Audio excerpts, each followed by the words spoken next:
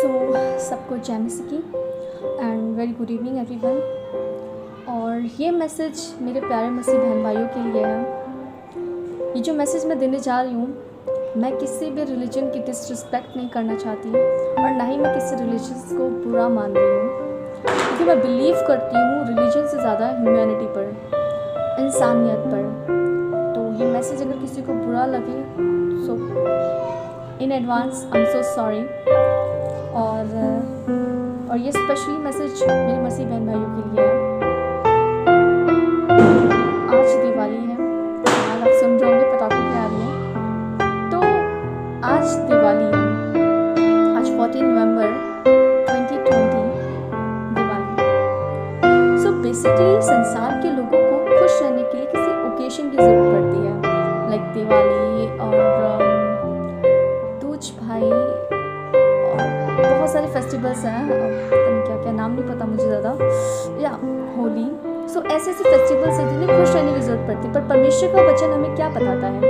परमेश्वर का वचन बताता है आज का दिन यहोवा ने बनाया है, हम इसमें आनंदित और मगन हो। परमेश्वर का वचन हमें बताता है, बाइबल में लिखा हुआ है, आज का दिन यहोवा ने बनाया है, हम इसमें आनंदित और मगन हो। और हम देखते हैं कि कैसे मतलब लोग हैं, लोगों को खुश रहने का कोई अवसर चाहिए, मतलब एक मौका चाहिए। खुश रहने की कोई वजह होती है क्या?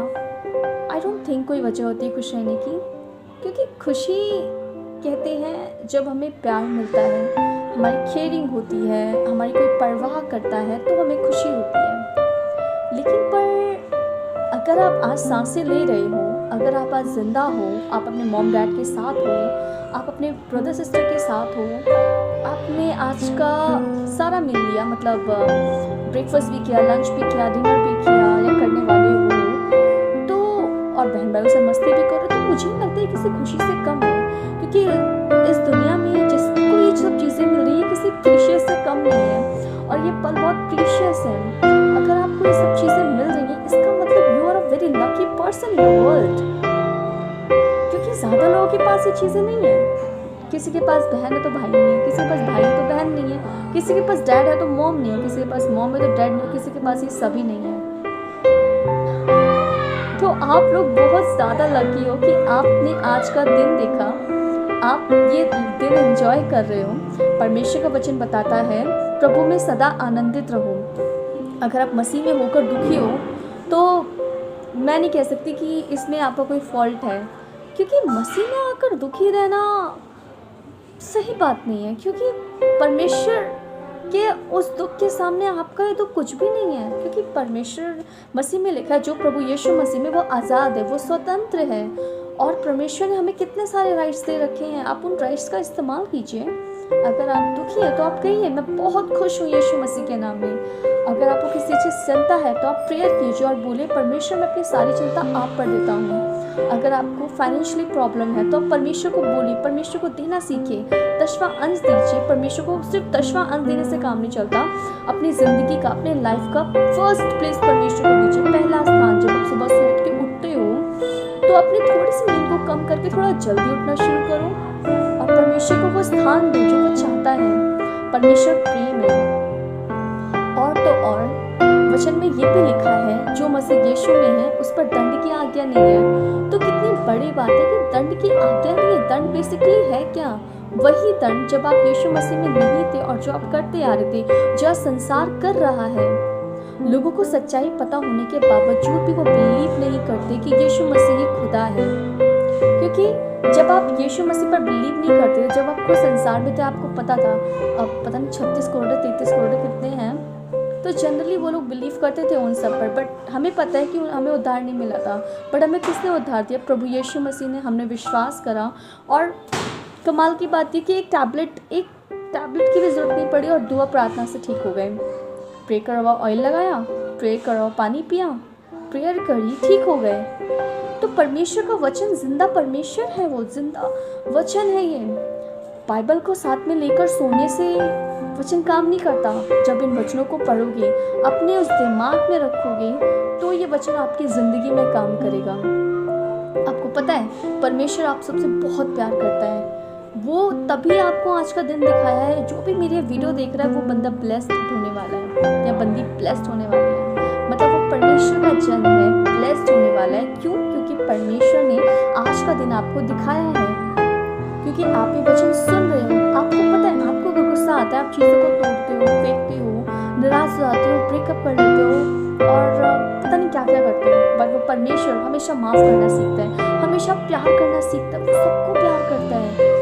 आपको पता है, आदम को परमेश्वर ने हाथों से बनाया, अपनी सांसें उसमें दी, बाकी सब चीज़ जितनी भी इस धरती पर लिविंग नॉन लिविंग थिंग्स देख लो, सब बोल कर बनाए, सिर्फ एक शब्द के द्वारा, जैसे वो चीज़ रियल हो।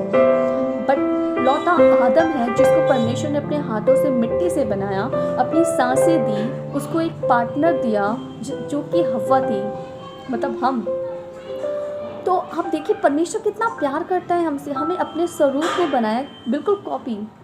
और उसके बाद परमेश्वर गुस्सा भी आया था जब आदम हव्वा ने उनकी आज्ञा तोड़ी थी, जब उन्होंने फल खा लिया था जिस फल को खाने के लिए परमेश्वर ने मना किया था। उन्होंने दोष भी लगाया, पर परमेश्वर ने उनसे सांसें नहीं छीनी, उनको माफ़ किया, उनको इस धरती पर भेजा, कहा अच्छे से रहो, फूलो और फलो। बट एक पोजीशन दी गई है। बट इसका मतलब ये नहीं है कि पति पत्नी पे भारी हो या पत्नी पति पे भारी हो। No, never. 50% अगर हस्बैंड है तो 50% वाइफ होगी। दोनों को हाफ ऑफ इक्वालिटी दी है, तभी आदम और हव्वा है, तभी नर और नारी है, क्योंकि दोनों एक दूसरे की सहायता के लिए हैं, ना कि एक के ऊपर कोई बर्डन करे या कोई किसी को दबा कर रखे, इसलिए नहीं है। और तो और परमेश्वर हमसे प्यार करता है, तो जो ज्योति है वो चेहरे पे दिखती है, हमारे कामों में दिखती है। जब यीशु मसीह में नहीं थे तो हमारे जो दिन भर के काम होते थे, मतलब दिन भर जो हमारा रूटीन होता था बहुत बोरिंग सा होता था, पर जब हम परमेश्वर में आए, हमें हर एक मोमेंट जीना आ गया, पढ़ना आ गया, परमेश्वर के वचनों को याद कर कर मुस्कुराना आ गया। कि परमेश्वर का वचन कहता है, ना मैं कभी तुम्हें छोड़ूंगा, ना मैं कभी तुम्हें त्यागूंगा, जगत के अंत तक मैं तुम्हारे साथ रहूंगा। तो बिलीव कीजिए परमेश्वर ही खुदा है। और जो मसीह बहन भाई भटके हुए हैं, जो विश्वास नहीं कर रहे हैं, जो आज का फेस्टिवल्स भी बना रहे हैं, वचन में कहीं नहीं लिखा कि तुम फेस्टिवल बनाओ। वचन में लिखा हुआ है कि हर एक दिन एक त्यौहार की तरह रोज़ दिन को एंजॉय करो। वचन में लिखा है प्रभु में सदा आनंदित रहो। मैं फिर कहता हूँ आनंदित रहो। क्या दाऊद राजा को नहीं जानते अब? वो हर एक दिन परमेश्वर की ऐसी वर्शिप करता था जैसे रोज़ क्रिसमस हो उसके लिए करता था।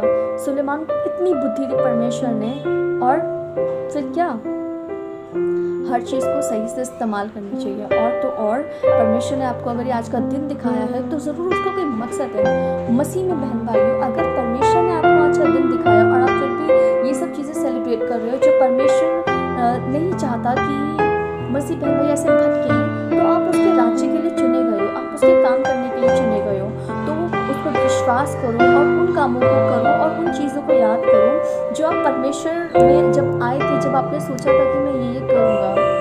क्योंकि परमेश्वर वो जिंदा खुदा है। प्रभु यीशु मसीह इस क्रूस पर आए, इस धरती पर आए, क्रूस पर उन्होंने अपनी जान दी हमारे लिए, ताकि हम जीवित रहें, ताकि हम उसके काम करें। उसने हमें पिता से मिलवाया है। वो क्रूस का वो जो रास्ता उसने हमारे लिए निकाला है, उसकी जान को यूँ वेस्ट मत जाने दो। उसने जो हमारे लिए करा है ना, वो इस धरती पर कोई नहीं कर सकता, कोई भी नहीं कर सकता सिवाय उस परमेश्वर के जिसने अपना एक लौता पुत्र प्रभु यीशु मसीह को हमारे लिए दे दिया। So just believe in, okay. सबको जय मसीह की। और अगेन, अगर किसी को मेरी बात बुरी लगी हो, मैं फिर से कहती हूँ, मैं किसी रिलीजन को डिसरिस्पेक्ट नहीं कर रही हूँ, ना मैं किसी रिलीजन को बुरा बता रही हूँ, ना मैं फेस्टिवल को बुरा बता रही हूँ। बस मैं इतना कह रही हूँ कि प्रभु यीशु मसीह में जिस काम के लिए चुने गए हो वो काम करो और प्रभु में सदा आनंदित रहो। गॉड